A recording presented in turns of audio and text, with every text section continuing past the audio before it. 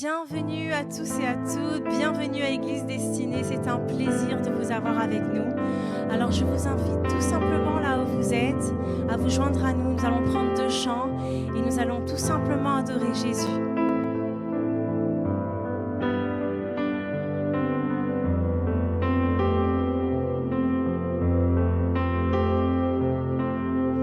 En toute saison, tout changement, tu es là.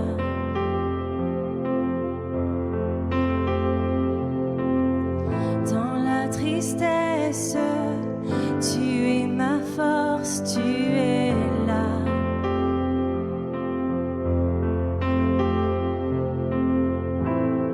Tu calmes la tempête et ta voix me conduit.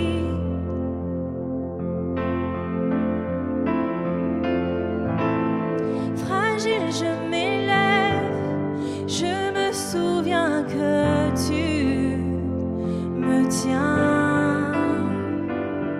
Je m'accroche à l'espoir, je m'accroche à la grâce, je m'abandonne à toi, je me soumets à tes voies.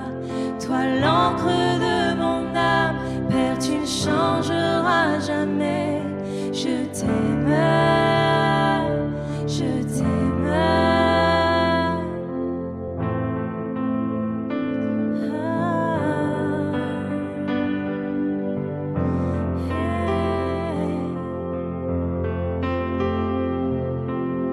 Toi qui m'as sauvé, toi mon ami, tu es là.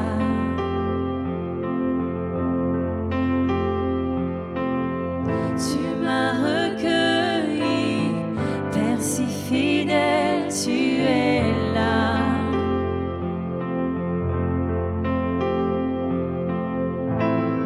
Tu calmes la tempête et ta voix me conduit.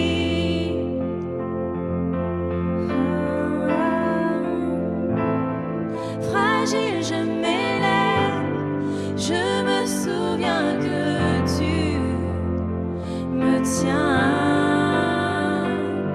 Je m'accroche à l'espoir, je m'accroche à la grâce, je m'abandonne à toi, je me soumets à tes voies. Toi, l'encre de mon âme, Père, tu ne changeras jamais. Je t'aime, je t'aime. Je m'accroche à l'espoir, je m'accroche à la grâce, je m'abandonne à toi, je me soumets à tes voies. Toi, l'encre de mon âme, Père, tu ne changeras jamais. Je t'aime, je t'aime. Et je me souviendrai tes promesses à jamais. Ma force, mon protecteur, je m'appuie sur toi. Car tu es mon sauveur, mon espoir, mon refuge. Et tu m'aimes à jamais, je m'appuie sur toi. Et je me souviendrai tes promesses à jamais. Ma force, mon protecteur, je m'appuie sur toi. Car tu es mon sauveur, mon espoir, mon refuge. Et tu m'aimes à jamais, je m'appuie sur toi.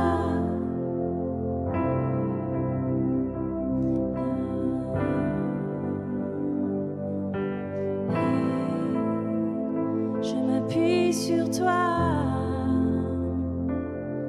Je m'accroche à l'espoir, je m'accroche à la grâce, je m'abandonne à toi, je me soumets à tes voies. Toi, l'encre de mon âme, Père, tu ne changeras jamais. Je t'aime, je t'aime.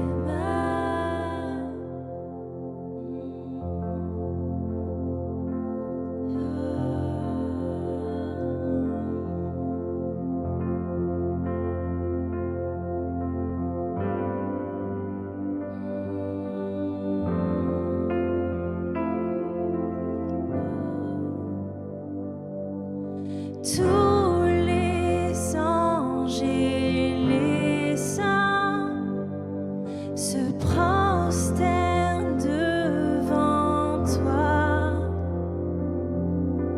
Tous les rois déposent leur couronne devant l'agneau de Dieu et chantent.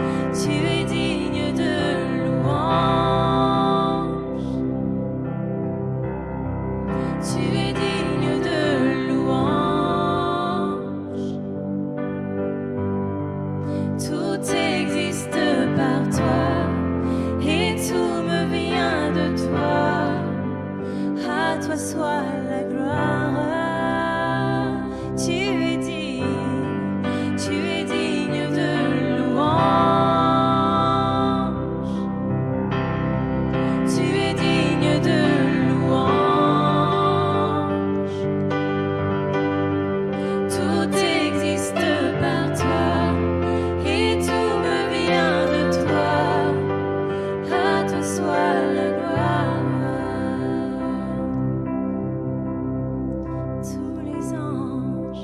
Tous les anges et les saints se prosternent devant toi.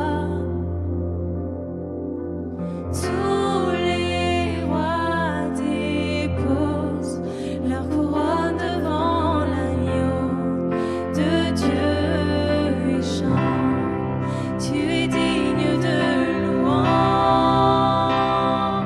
Tu es digne de louange. Tout existe par toi et tout me vient de toi. À toi soit la gloire. Tu es digne de louange. Tu es digne de louange. Tout existe par toi et tout me vient de toi. À toi soit la gloire.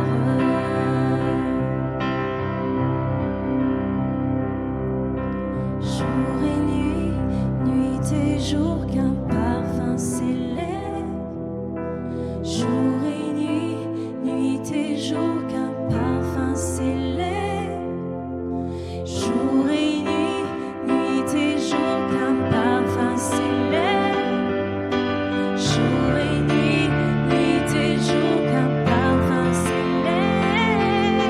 Jour et nuit, nuit et jour, qu'un parfum s'élève.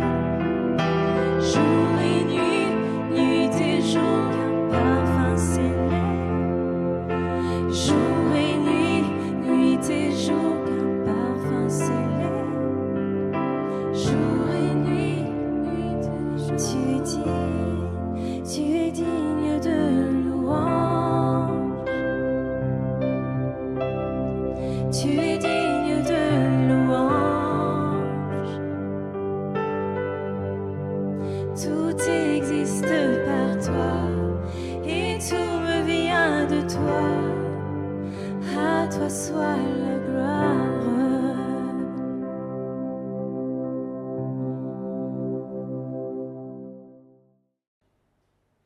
Bienvenue, merci de me recevoir chez vous.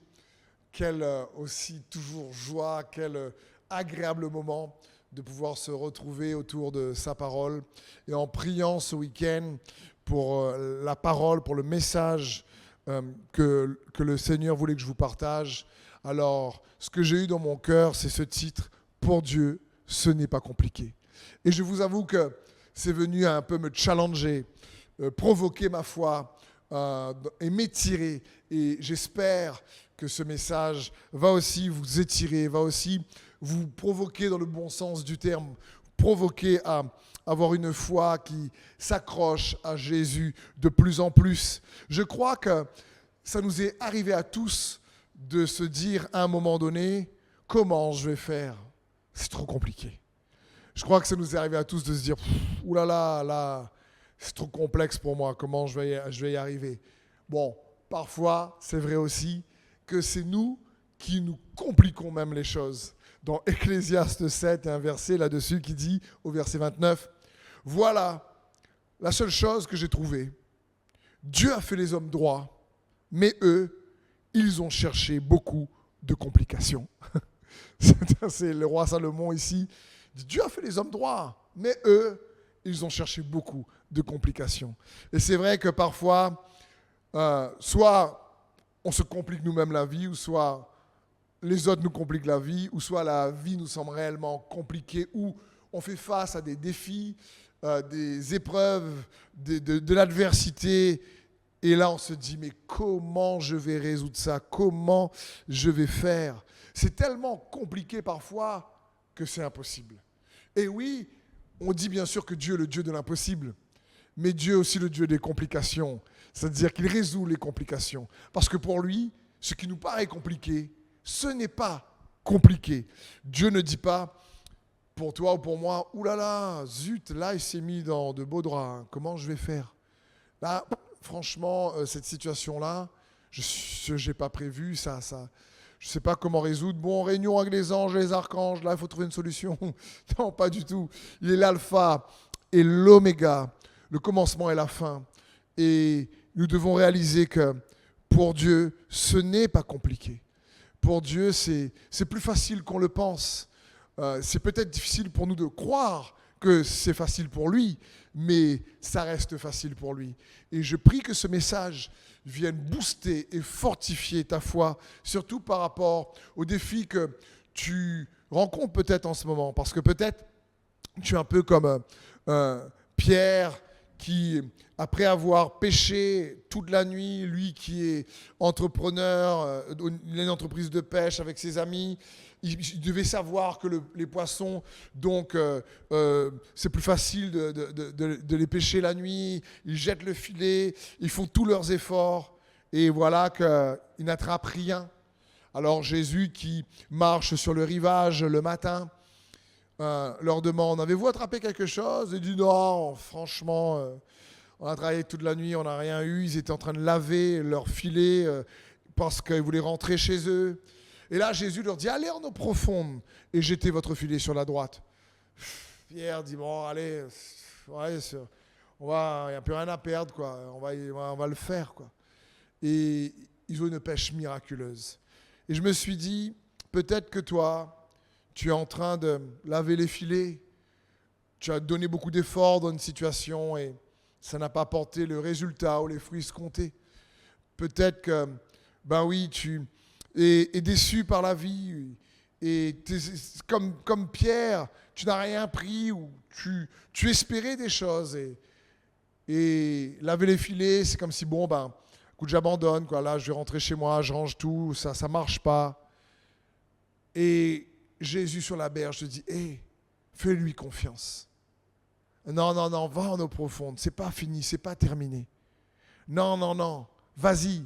Parce que comme le disait un homme de Dieu, Pierre était le propriétaire de la barque, mais Jésus est le propriétaire de la mer et des poissons. Et quand ça paraît compliqué pour Pierre, on a pêché toute la nuit, on a fait des efforts, j'ai mis toute ma connaissance et mon expérience de pêcheur pour le faire et j'ai rien pris. Et pourtant, quand Jésus est là, ça paraît facile.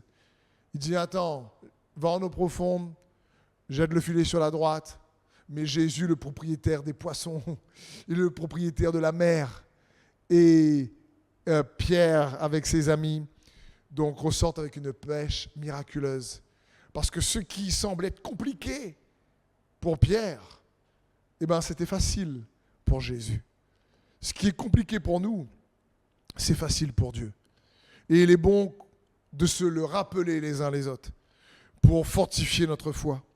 Les choses, oui, impossibles pour nous, sont simples pour Dieu. Et j'aimerais réellement que le Saint-Esprit puisse venir enraciner cette vérité dans ton cœur. Dans Jérémie 32, 17, il est écrit « Seigneur éternel, c'est toi qui as fait le ciel et la terre, mais Par ta grande puissance et ta force, tu as tout créé. Rien n'est trop difficile pour toi. Rien n'est trop difficile pour toi. C'est juste impressionnant. Et c'est venu cette semaine me chercher, ce verset est venu me chercher. Rien n'est trop difficile pour Dieu. Il t'a créé. Il a créé la vie, il a créé le sang. Notre sang, notre système nerveux, les os, tout, les cellules, les molécules, le ciel et la terre. Et ce verset dit, c'est toi qui as fait le ciel et la terre par ta grande puissance et ta force. Rien n'est trop difficile pour toi. Ça signifie, c'est facile pour toi, Seigneur. Il n'y a pas d'obstacle réellement. Tu n'as pas beaucoup d'efforts à faire pour guérir. Tu n'as pas beaucoup d'efforts à faire pour marcher sur l'eau. Tu n'as pas beaucoup d'efforts à faire, toi, Dieu, pour aplanir les montagnes. Tu n'as pas beaucoup d'efforts à faire. C'est facile. Rien n'est trop compliqué pour toi. Pour Dieu, guérir un mal de tête, c'est aussi facile que ressusciter un mort parce qu'il est Dieu. Pour nous, ça nous paraît compliqué. Pour nous, ça paraît difficile. Mais j'aime ici le prophète Jérémie qui dit, mais rien n'est trop difficile pour toi. Et je t'invite à penser à la situation à laquelle tu fais face en ce moment. Et tu te dis, comment je vais faire ? Ça, je ne sais pas. C'est impossible. Et tu as fait des efforts et tu essayes par tes propres moyens d'y arriver. Et tu sais que ça n'a pas marché. Et pourtant, tu persévères et tu patientes. Et ça n'aboutit pas au résultat que tu souhaites pour le moment. Mais j'aimerais te dire, malgré tout, rappelle-toi que quand ça paraît difficile pour nous, rien n'est trop difficile pour Dieu. Et il est bon de renouveler notre manière de penser, pas uniquement Dieu, mais sa capacité à intervenir facilement dans nos situations difficiles.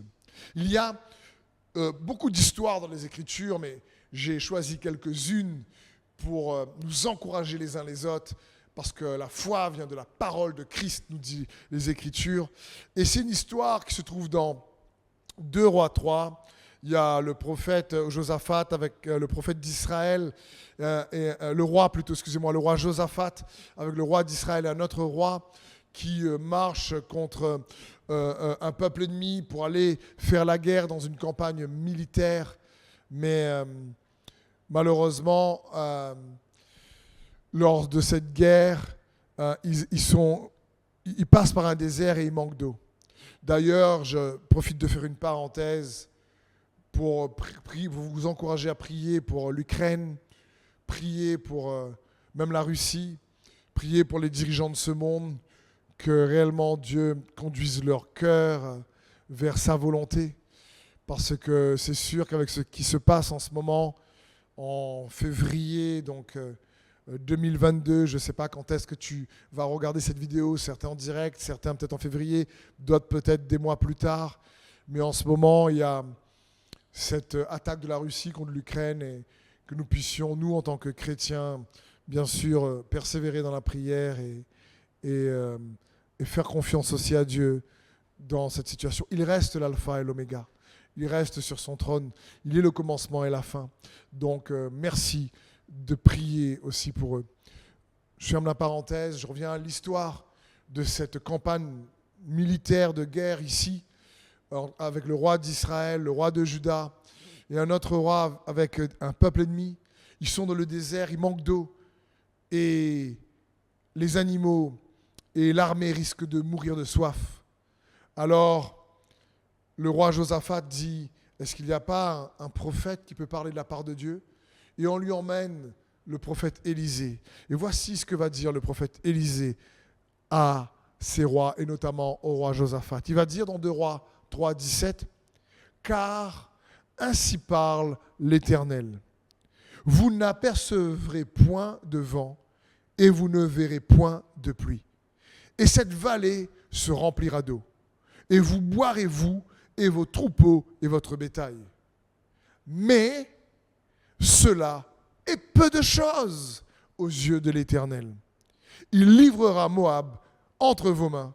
Vous frapperez toutes les villes fortes et toutes les villes d'élite. Vous abattrez tous les bons arbres.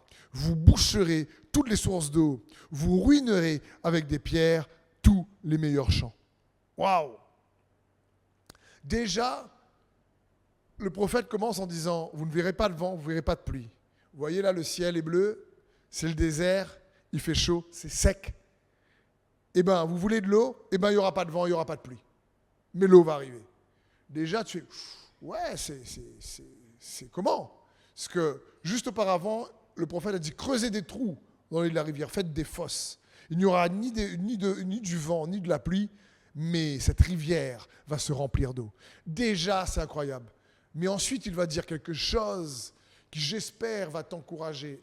Moi, ça m'a encouragé. Il va dire ceci. Mais cela est peu de choses aux yeux de l'Éternel. C'est-à-dire, tu sais quoi?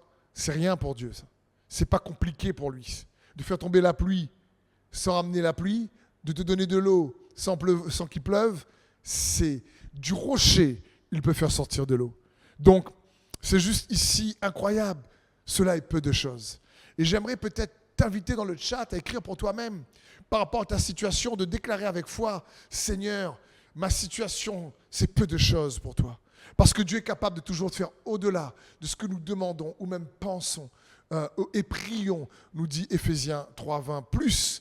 Et ici, il dit, c'est peu de choses pour Dieu. Donc en plus qu'il va y avoir de l'eau sans qu'il y ait de la pluie et du vent, eh ben, il va vous livrer Moab, il va vous livrer les villes d'élite, il va vous permettre de frapper tous vos ennemis, il va vous permettre réellement de ruiner toutes les ressources de l'ennemi. Vous allez réellement les terrasser en quelque sorte. Et Dieu est souvent comme ça. Il fait bien plus qu'on le pense. C'est peu de choses pour lui, c'est pas compliqué. C'est simple, il peut faire au-delà.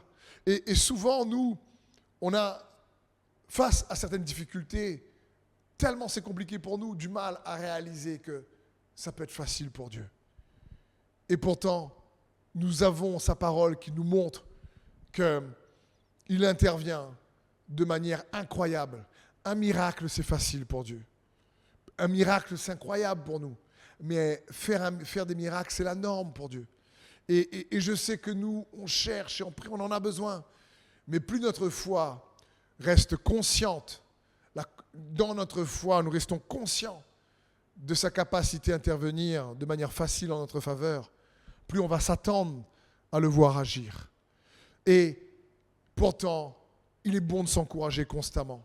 Parce que même Moïse, qui a vu Dieu intervenir en Égypte, faire des miracles, des signes et des prodiges incroyables, envoyer les fléaux, ouvrir la mer Rouge et refermer la mer pour qu'ensuite toute l'armée de Pharaon puisse être engloutie avec Pharaon.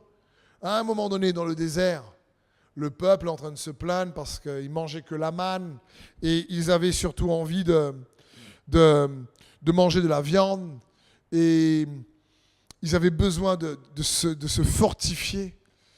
Ils se plaignent parce qu'ils ne sont pas contents de manger de la manne. Et Dieu lui dit, ok, je vais lui donner de la viande.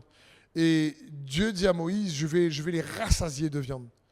Et là, regardez la conversation et le doute entre Dieu et Moïse. C'est incroyable. Moïse répondit, ce peuple dont je fais partie compte 600 000 hommes de pied. Et toi, tu leur promets pour un mois entier de la viande à manger. Moïse est en train de dire, attends, Seigneur, je te rappelle qu'il y a déjà 600 000 hommes. Je ne compte pas le nombre de femmes, je ne compte pas le nombre d'enfants, mais ça fait beaucoup. Et là, il y a un mois. Et écoutez l'analyse de Moïse. C'est compliqué pour lui. Il dit, attends, abattra-t-on pour eux des brebis et des bœufs pour qu'ils en aient suffisamment? Et il va plus loin. Il dit, et même si on leur pêchait tous les poissons de la mer, en aurait-il assez?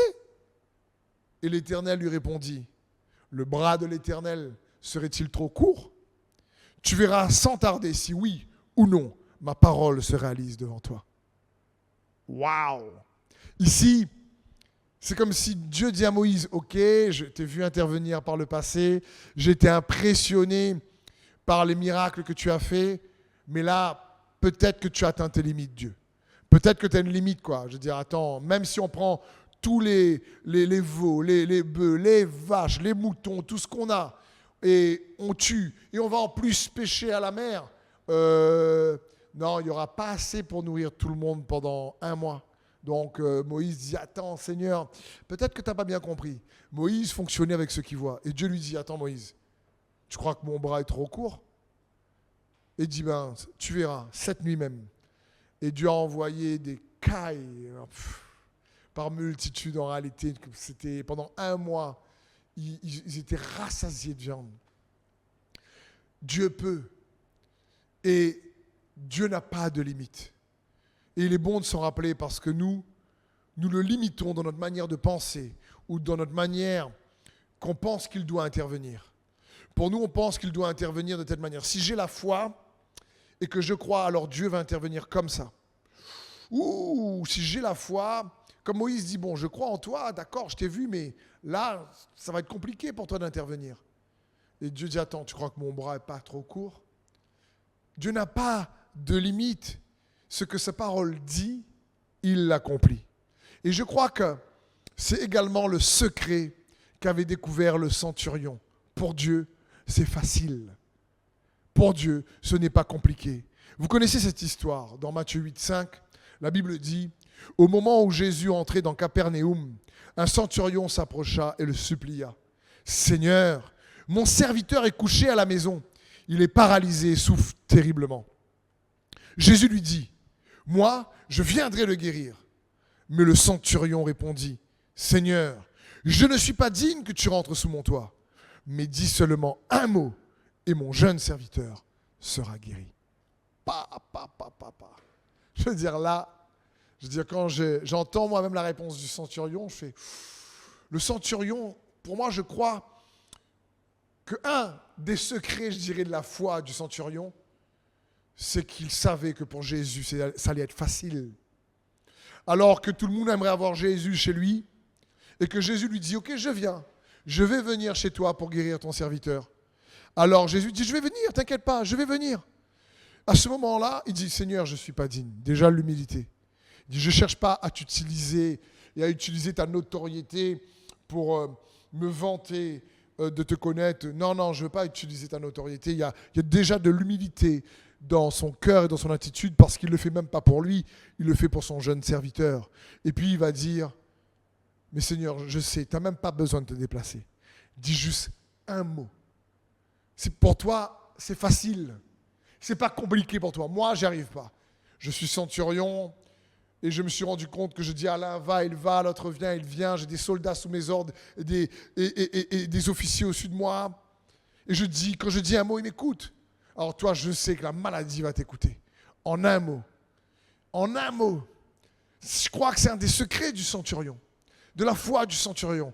Il savait que pour Jésus, ça n'allait pas être compliqué. Et il est bon pour nous, pour fortifier notre foi face aux montagnes d'adversité qui se dressent devant nous parfois, de dire à cette montagne, non, oui, lève-toi, sors, va dans la mer, parce que je sais que, Seigneur, c'est pas compliqué pour toi. Pour moi, ça paraît être une montagne. Pour toi, quand tu le regardes du ciel, l'Everest,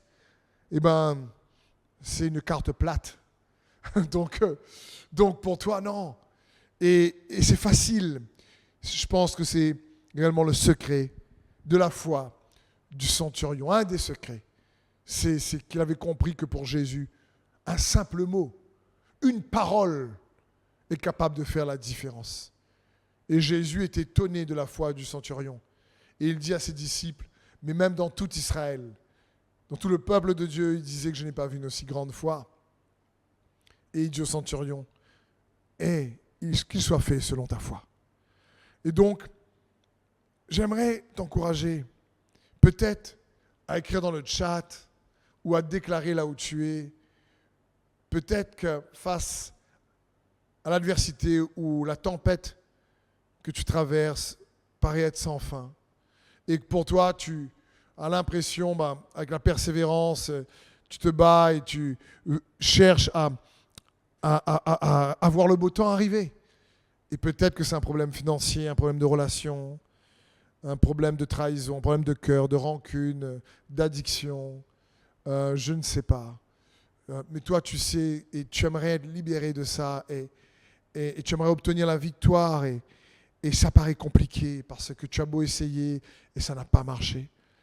Mais j'aimerais t'encourager peut-être à écrire, Seigneur, je déclare que pour toi, pour résoudre ma situation, un mot de ta part, et tu es capable d'aplanir cette montagne. Un mot de ta part, c'est facile pour toi, Jésus.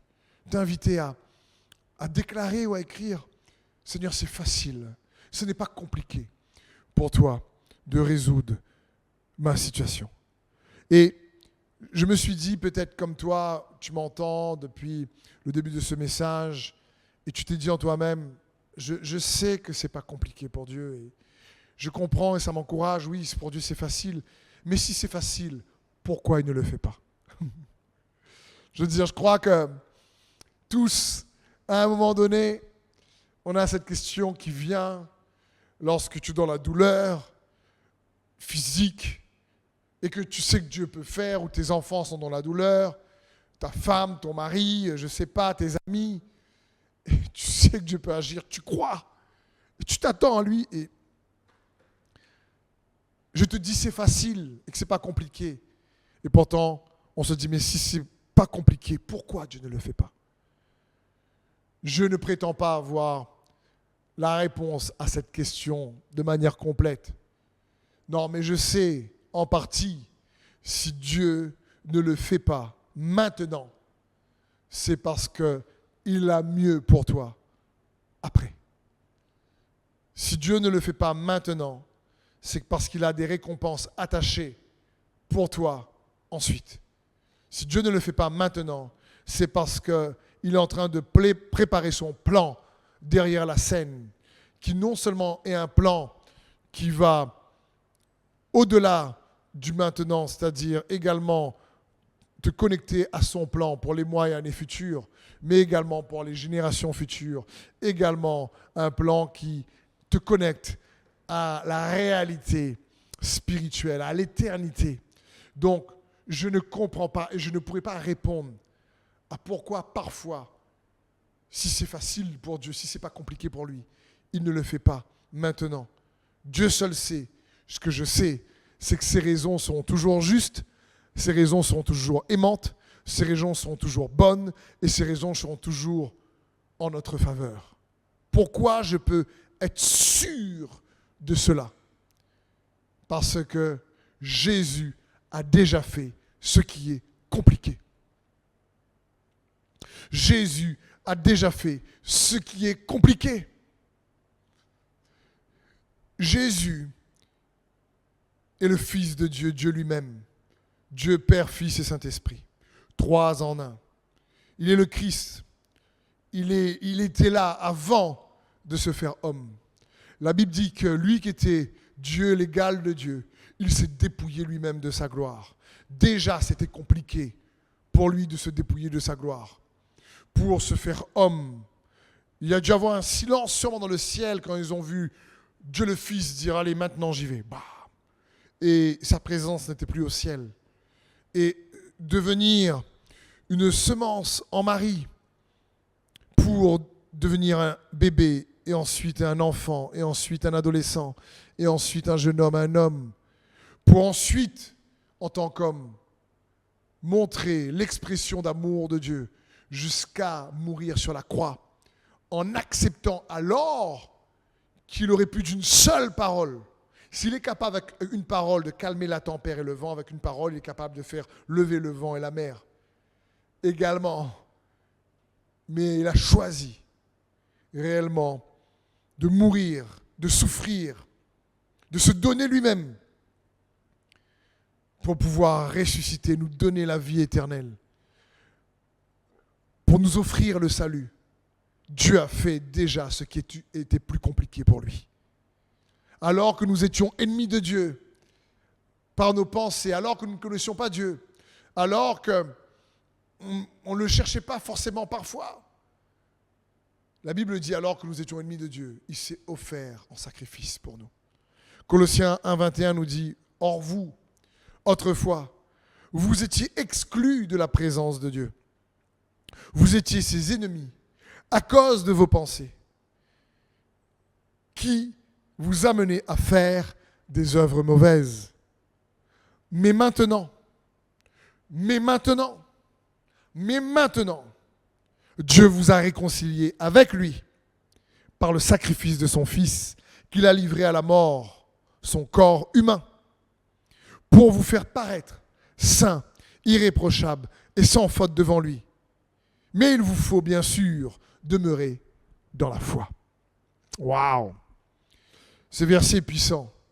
Jésus a déjà fait ce qui est compliqué. C'est pour ça qu'à bien plus forte raison, aujourd'hui, on peut lui faire confiance que ce qui est plus facile, il sera capable aussi de le faire. Parce qu'il a déjà fait ce qui est plus compliqué. Mais maintenant, comme dit ce passage qu'on a lu, mais maintenant, en demeurant dans la foi, à combien plus forte raison ne fera-t-il pas ce qui est facile pour toi et moi? À combien plus forte raison est-ce qu'on est capable de croire en regardant, en ayant les yeux fixés sur Jésus, ce qu'il a accompli, et que ce qu'il a fait le plus compliqué? Il a déjà fait le plus compliqué. Même nos situations qui nous paraissent impossibles aujourd'hui sont moins compliquées pour lui d'aller à la croix et de mourir. J'aimais ce que cet homme de Dieu avait dit. Il dit, de créer le monde ne lui a rien coûté, mais de nous sauver lui a tout coûté. Et il est bon pour nous de comprendre qu'il nous appartient, qu'on a lu dans ce verset, de demeurer dans la simplicité de la foi pour nous attendre à son intervention. Pour Dieu, c'est pas compliqué. Pour ça, il nous faut demeurer dans la foi, réaliser, comme le dit Jean 19:30, que Jésus a tout accompli avant de rendre l'Esprit. Il a tout accompli. Mais lorsque la Bible dit qu'il a tout accompli, ça ne veut pas dire qu'on n'a rien à accomplir. Ça ne veut pas dire qu'on n'a rien à faire. Ce qu'on doit faire, c'est de demeurer dans la foi en lui et ce qu'il a accompli. C'est de rester, de croire. Et tu peux me dire, oui, mais je crois, mais parfois, ma foi ne donne pas le résultat que j'espérais. Je veux dire, le danger ou le piège, c'est que parfois, au lieu de mettre la foi en lui, ce qu'il a accompli, on met la foi dans le résultat que la foi doit produire. Et lorsque la foi ne produit pas le résultat qu'on espère, alors on est déçu. Comme Moïse, il avait un résultat, un film, il s'est dit, bon, bah, même avec les poissons de la mer, les vaches, etc., ça ne suffira pas. Parce qu'il avait déjà, en faisant confiance à Dieu, prévu un résultat, une manière dont Dieu devait procéder. Mais Dieu ne procède pas souvent de notre manière. Autant les pensées de Dieu sont élevées au-dessus de nos pensées, autant le ciel est élevé au-dessus de la terre. Et ce que Dieu veut, c'est qu'on puisse se rappeler qu'il a déjà fait le plus compliqué. Et s'il a déjà fait le plus compliqué, à bien plus forte raison, il fera ce qui est plus facile pour toi et moi. Il fera ce qui est plus facile pour toi et moi. Ce qui nous paraît une montagne est plus facile pour lui. La foi, c'est en lui ce qu'il a accompli. La Bible dit dans Hébreux 12:2, gardons les yeux fixés sur Jésus qui nous a ouvert le chemin de la foi et qui la porte à la perfection. Jésus nous a ouvert le chemin de la foi. Et il y a un chemin ouvert aujourd'hui par ce qu'il a accompli, qui il est. Et il veut amener cette foi à la perfection. Et grandir dans la foi, c'est de nous rappeler que pour Dieu, ce n'est pas compliqué. Pour lui, c'est facile parce que Jésus a déjà fait le plus compliqué. Il a ouvert le chemin de la foi par son sacrifice. Parce qu'il a tout accompli pour que nous puissions demeurer dans cette foi en lui, ce qu'il a fait, afin de regarder les épreuves d'aujourd'hui et de dire, Seigneur, tu as déjà fait pour moi ce qui était compliqué, pour me sauver, me racheter. Aujourd'hui, je mets mon épreuve entre tes mains. Et je sais que pour toi, ce sera facile. Tu as ouvert le chemin de la foi par ton sacrifice. Hébreux 9:14 nous dit, mais le Christ s'est offert lui-même à Dieu sous la conduite de l'Esprit éternel, comme une victime sans défaut. À combien plus forte raison, par conséquent, son sang purifiera-t-il notre conscience des œuvres qui mènent à la mort, afin que nous servions le Dieu vivant? À combien plus forte raison, aujourd'hui, son sang te justifie devant Dieu pour que, quel que soit, je dirais, ton problème, ta difficulté, que le sang de Jésus parle à ta place, comme dit l'Écriture. Que le sang de Jésus dit non, Père, sauve, Père, guéris, Père, ils ne sont pas coupables, j'ai versé mon sang. Père, non, mon sang a été versé pour qu'il puisse avoir la provision suffisante. Mon sang a été versé pour qu'il puisse avoir ma vie. Mon sang a été versé pour qu'il puisse avoir la guérison. Mon sang a été versé pour qu'il puisse nous appartenir et il nous a rachetés. C'est ce que Dieu dit. Non, mon sang a été versé pour qu'il puisse être pleinement pardonné. Et rester conscient qu'il a fait ce qui est de plus compliqué en versant son sang pour que nous puissions avec foi, en regardant à ce que Jésus est et ce qu'il a accompli, être sous la cascade de nettoyage par son sang et avoir accès à la présence de Dieu. Parce qu'avant on était ennemis, on avait été exclus de sa présence. Mais maintenant, on a accès à sa présence par le sang de Jésus-Christ. C'est juste ça. Et de manière permanente. Lorsqu'on garde la foi, comme dit Colossiens 1 qu'on a lu tout à l'heure, en demeurant dans la foi, quand tu demeures dans la foi, eh ben, la condamnation s'évapore, la culpabilité s'évapore, parce que Dieu ne regarde pas à tes erreurs ou les erreurs des autres envers toi, il préfère regarder à ce que son Fils a accompli.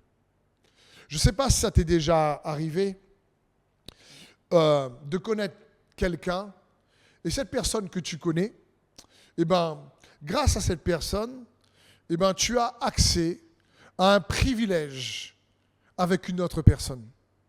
Et je me rappelle, il y a quelques années de cela, je voulais acheter une voiture neuve et je n'avais pas les moyens qu'il faut. Et il y a un ami qui travaillait dans une concession qui me dit, écoute Steve, va voir telle personne et je vais lui parler et il va te permettre d'avoir un super prix, il va te faire un super pourcentage. Franchement, donc j'ai dit ok, merci. Donc je me rends à la concession, je vais voir l'ami de mon ami que moi je ne connaissais pas. Et on discute et il m'accueille avec joie et je vois qu'il m'apprécie. Mais vous savez pourquoi il m'appréciait ? Parce qu'il appréciait mon ami que je connaissais. Et il m'a fait une super remise qui m'a permis d'acheter la voiture que je voulais ou j'espérais avoir avec les moyens qui étaient à ma disposition. Et ben, je dis Seigneur, merci. Mais cet exemple est pour moi une analogie, dans le sens où Dieu le Père nous accepte parce que Jésus est notre ami. Et Jésus te dit, va voir le Père et dis-lui que tu viens en mon nom. Quand tu viens voir le Père en mon nom, le Père va te favoriser. Pourquoi ? Parce que moi, je suis aimé du Père, nous dit Jésus. Et si le Père m'aime par rapport au sacrifice que j'ai fait, eh ben, il te recevra et t'aimera aussi. C'est ça, fixer les regards sur Jésus, qui est l'auteur, le consommateur de la foi, qui nous mène à la perfection.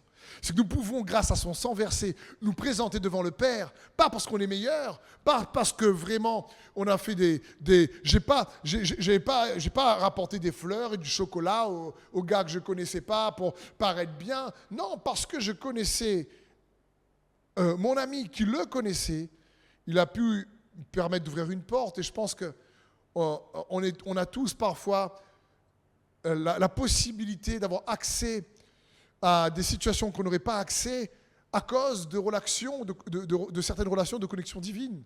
Alors imagine ta connexion, ta relation avec Jésus.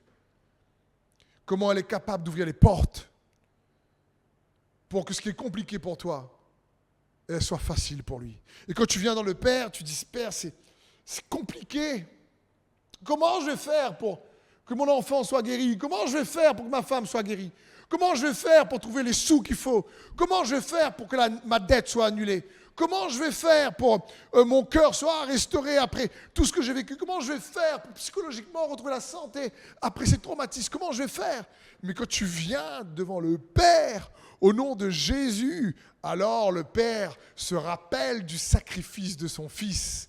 Et quand tu arrives, il ne voit pas toi avec tes problèmes. Quand tu arrives, il voit surtout le sacrifice que son Fils a payé crier pour que toi, tu sois entendu. C'est pour ça qu'à la croix, à un moment donné, le Père a été silencieux et Jésus a dit, mon Dieu, pourquoi m'as-tu abandonné? Afin que toi et moi, nous puissions dire, mon Père, entends ma voix. Le Père a été silencieux à un moment donné pour que toi et moi, nous soyons écoutés. Parce que la foi, nous dit la parole de Dieu, vient de ce qu'on entend et ce qu'on entend vient de la parole de Christ. Mais la foi ne vient pas uniquement de ce qu'on entend, la foi te fait entendre auprès de Dieu. La foi te fait entendre auprès du Père, parce que le Père entend une prière faite avec foi, la prière faite avec foi en Jésus et ce qu'il a accompli, parce qu'on reste conscient que ce qu'il a déjà fait, ce qui est plus compliqué, et maintenant, pour Dieu, c'est facile, c'est pas compliqué, lorsqu'on vient avec cette conviction du chemin, en empruntant le chemin que Jésus a ouvert par son sacrifice, son sang a coulé, et on vient non plus parce qu'on est bon ou on est juste, mais on vient parce que Jésus nous a justifiés. Quand le Père te regarde, eh bien, il voit Jésus. Le Père te dit, hey, tu sais quoi? Je t'ai pardonné parce que Jésus, lui, il a été accusé. Lui, il a été, si tu préfères, condamné. Et tu dis, mais Père, je peux venir, je suis un pauvre pécheur. Et le Père te dit, je ne vois pas tes péchés. Et là, tu te dis, mais pourquoi tu ne vois pas mes péchés? Parce que, je vois tes péchés parce que je les ai jugés sur le corps de Jésus. Je vois tes péchés jugés sur le corps de Jésus. C'est ça, prendre la scène. Je vois tes péchés jugés. Le jugement de tes péchés a été pris sur le corps de Jésus-Christ et il a versé son sang pour que tu puisses te présenter et maintenant venir avec moi et recevoir la grâce, si tu préfères, la faveur. En tant qu'enfant, maintenant tu es accepté grâce à son Fils. Et je te réponds parce que j'étais silencieux envers lui. Mais maintenant, moi, je ne me souviens pas de tes péchés parce que je me souviens que j'ai jugé tes péchés sur le corps de Jésus. Et c'est ce que Jésus nous dit lorsqu'il nous demande de prendre la scène, par exemple. Il dit, prenez ceci qui est mon corps qui était livré pour vous. Faites ceci en mémoire de moi. Parce que Dieu, lui, le Père, il garde en mémoire le sacrifice de Jésus-Christ. Et quand nous aussi, on le garde en mémoire et qu'on vient devant lui en disant, Père,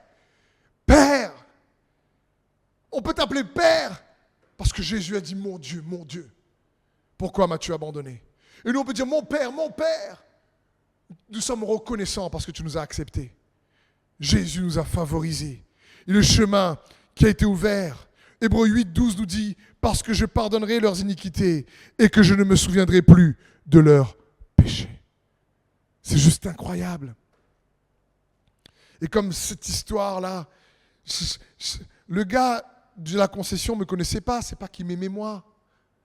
On a appris à se connaître et à s'apprécier, mais il aimait d'abord mon ami. Le Père aime le Fils. Et celui qui aime le Fils est reçu du Père. Et le Père le reçoit. Et le Père te dit, viens avec foi, demeure dans la foi. La foi en Jésus, ce qu'il a accompli. Parce que c'est son sang qui te purifie, qui te lave constamment et qui te donne accès réellement à la victoire de la foi. Parce que, comme nous dit les Écritures, mais dans 1 Jean 5, la victoire qui a triomphé du monde, c'est notre foi en Jésus, ce qu'il a accompli.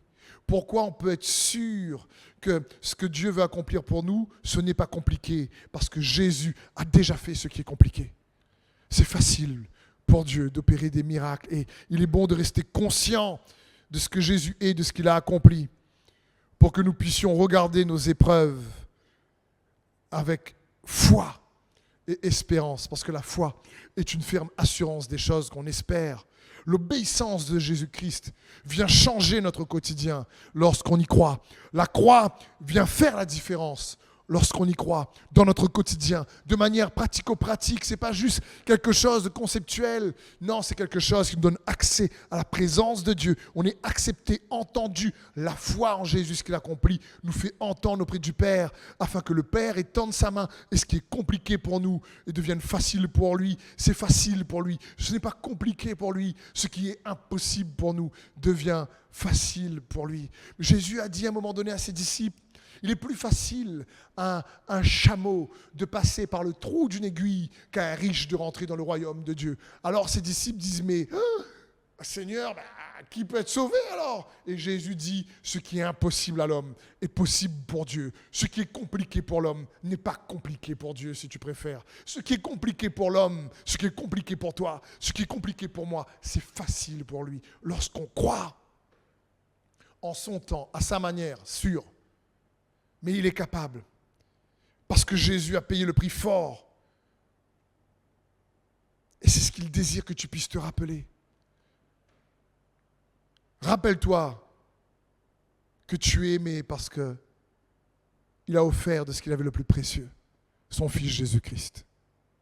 Dans le psaume 41, 12, le roi David va dire « Je saurai que tu m'aimes si mon ennemi ne triomphe pas de moi. » Et je crois que ça nous arrive à tous de se dire « Seigneur, si tu me guéris, je saurai que tu m'aimes.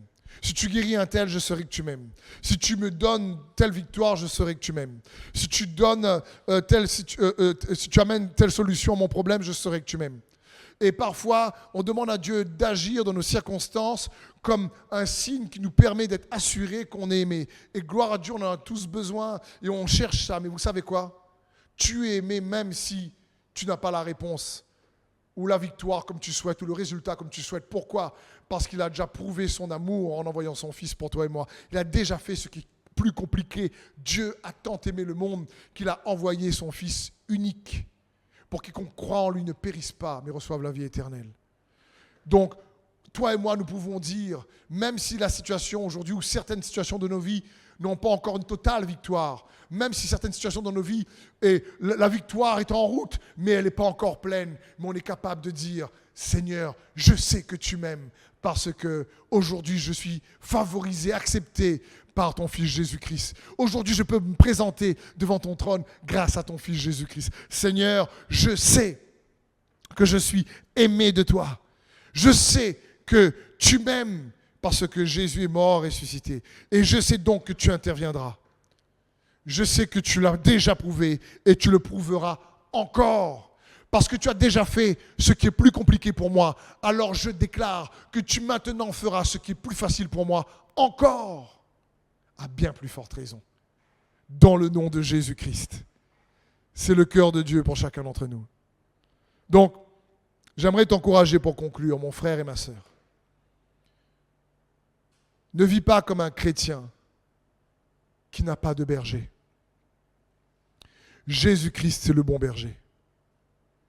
Jésus-Christ est le berger qui a déjà fait ce qui est plus compliqué pour pourvoir à nos besoins, pour pourvoir à nos manquements. Ce psaume très connu, le psaume 23 qui dit « L'Éternel est mon berger, je ne manquerai de rien. » C'est le roi David ici qui est le roi.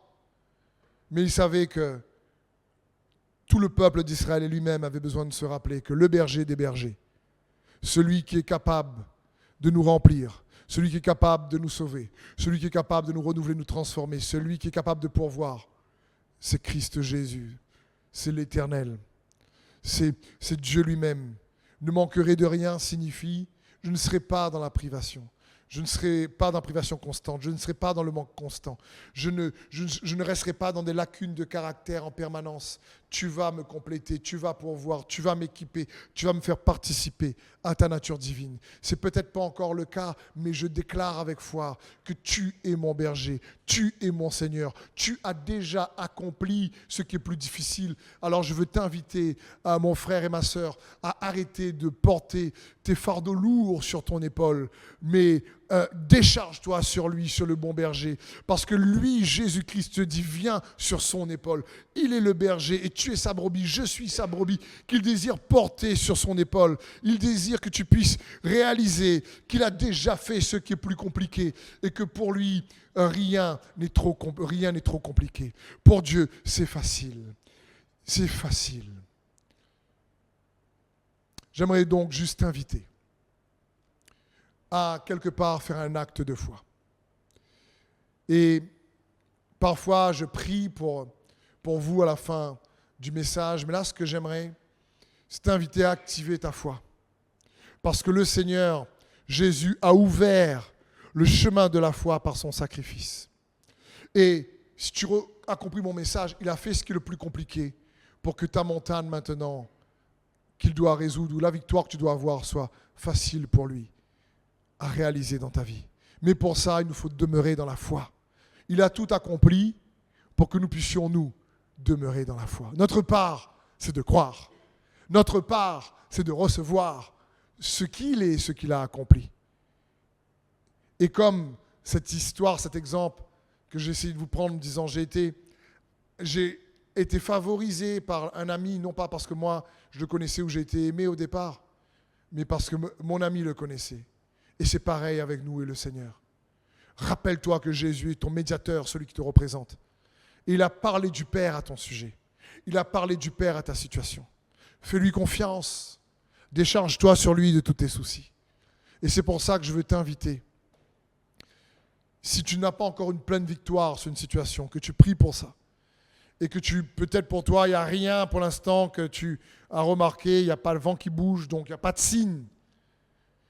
Et peut-être que tu te dis, Seigneur, si tu m'aimes, donne-moi un signe. J'aimerais te dire, même sans signe, Dieu t'aime. Parce que le signe de la croix, où il a versé son sang et livré son corps, a été scellé pour l'éternité. Et nous donne accès à la présence de Dieu, pour pouvoir avoir aussi accès à la puissance de Dieu. Et j'aimerais te dire, donc, mon frère et ma sœur, que tu as déjà un signe que la victoire est en chemin, ou que tu n'as rien, que tu as besoin d'une guérison, que tu as besoin d'une provision, que tu as besoin d'une solution, que tu as besoin, je ne sais pas, d'une intervention divine de sa part. J'aimerais t'inviter à manifester une attitude de foi.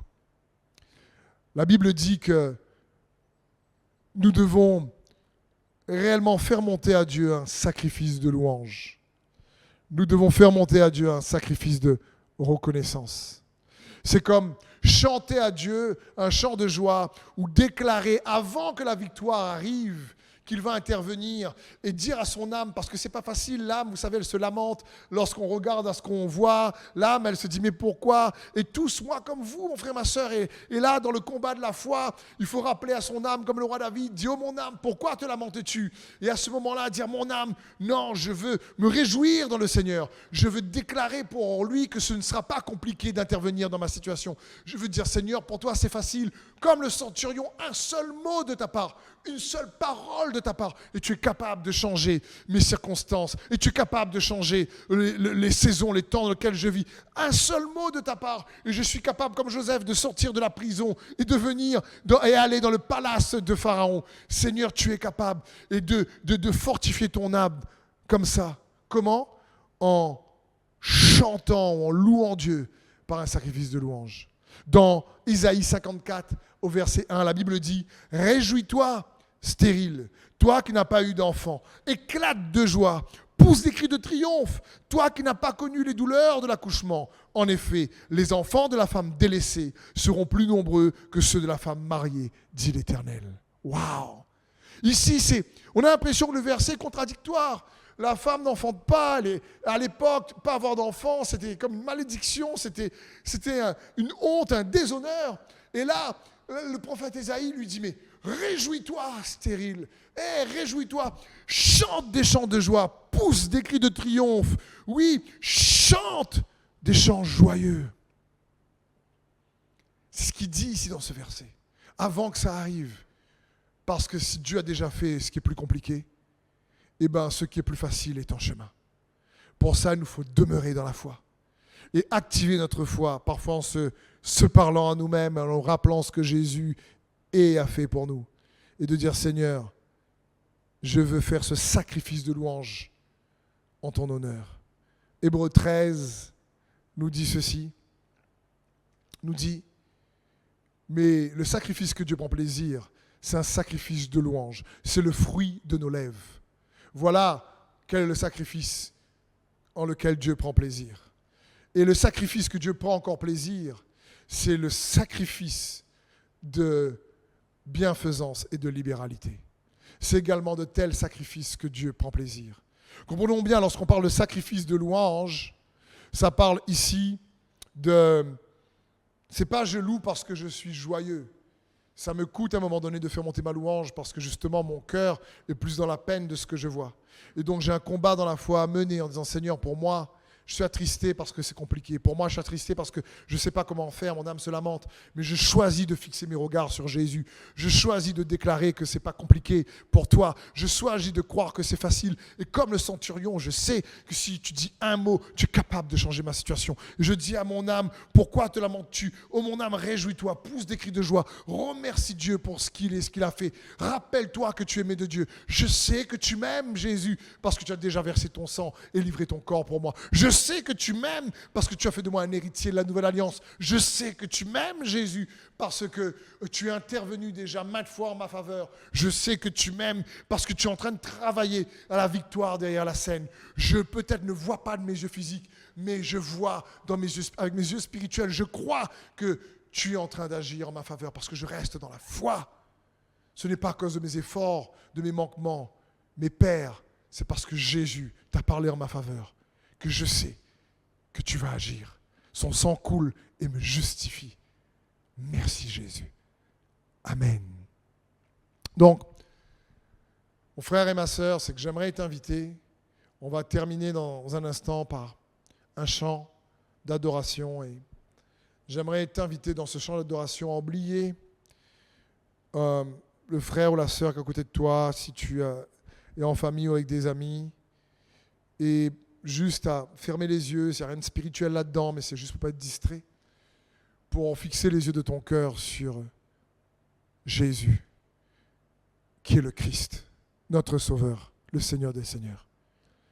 Et avec ce qui a été partagé dans ce message, je t'invite à croire qu'il va intervenir, parce que pour Dieu, il n'y a rien de compliqué. Mais juste avant, comme on l'a vu dans Hébreux 13, il y a aussi le sacrifice de bienfaisance et de libéralité auquel Dieu prend plaisir. Et je veux remercier tous ceux et celles qui, de près comme de loin, nous soutiennent avec leur générosité et leurs offrandes. Et aussi, si vous voulez continuer à nous soutenir et nous bénir, vous avez donc en bas de l'écran le QR code ici sur le site jeveubénir.com. Et je veux vous remercier pour votre soutien. Vous remercier pour votre générosité, votre libéralité, parce que c'est aussi à de tels sacrifices que Dieu prend plaisir. Et que Dieu vous bénisse puissamment. Et pendant ce temps maintenant d'adoration, je prie que la présence du Saint-Esprit vous sature et que le don de foi s'enracine en vous et que face à la montagne qui se dresse, vous avez la perception de Dieu lui-même et vous êtes capable de déclarer: Seigneur, pour toi ce n'est pas compliqué. Pour toi, Seigneur, c'est facile. Alors je sais que tu vas intervenir parce que je suis aimé de toi en Jésus-Christ. Amen. Sois béni et que la faveur du Seigneur te soit multipliée. Si ce message t'a aidé et que tu sais qu'il peut encourager quelqu'un d'autre, n'hésite pas à le partager. Notre cœur et que Jésus soit glorifié par tous ceux qui l'entendent au travers de sa parole. Merci beaucoup.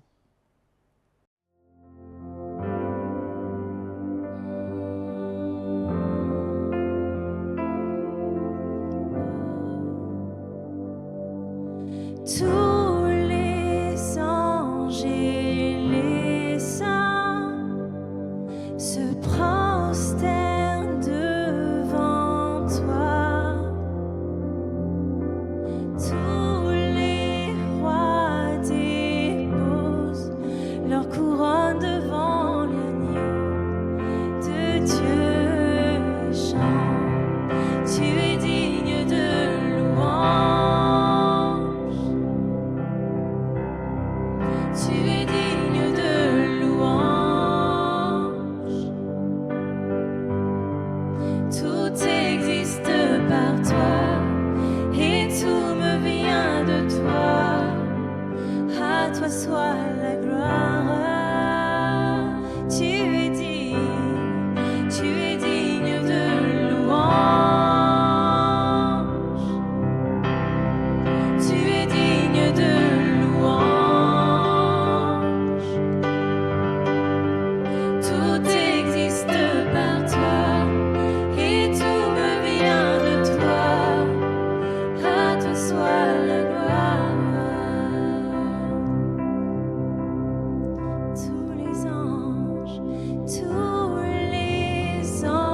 et les saints se prosternent devant toi. Tous les rois déposent leur couronne devant l'agneau de Dieu et chantent. Tu es digne de louange. Tu es digne de louange. Tout existe par toi et tout me vient de toi. À toi soit la gloire. Tu es digne de louange.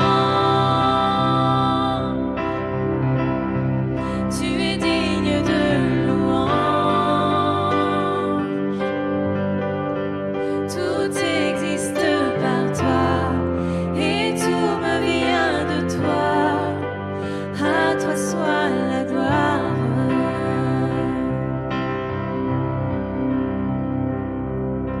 Jour et nuit, nuit et jour, qu'un parfum s'élève.